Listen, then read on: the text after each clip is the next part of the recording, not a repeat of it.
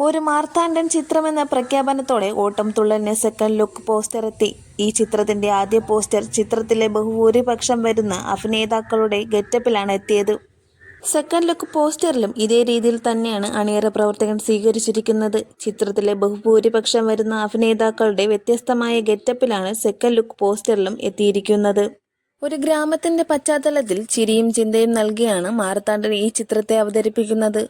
ഒരു കുടുംബത്തെ കേന്ദ്രീകരിച്ചാണ് കഥ പുരോഗമിക്കുന്നതെങ്കിലും ഇത് ആ നാടിന്റെ തന്നെ മൊത്തം പ്രശ്നമായി മാറുന്നതാണ് ഈ ചിത്രത്തിന്റെ പ്രത്യേകതയും.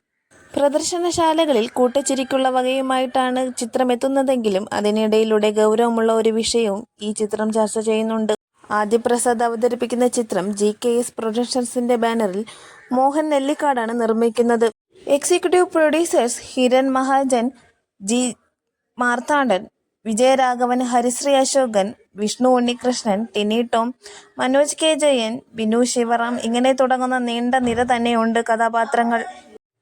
ബിനു ശശിറാമിൻ്റെതാണ് തിരക്കഥ.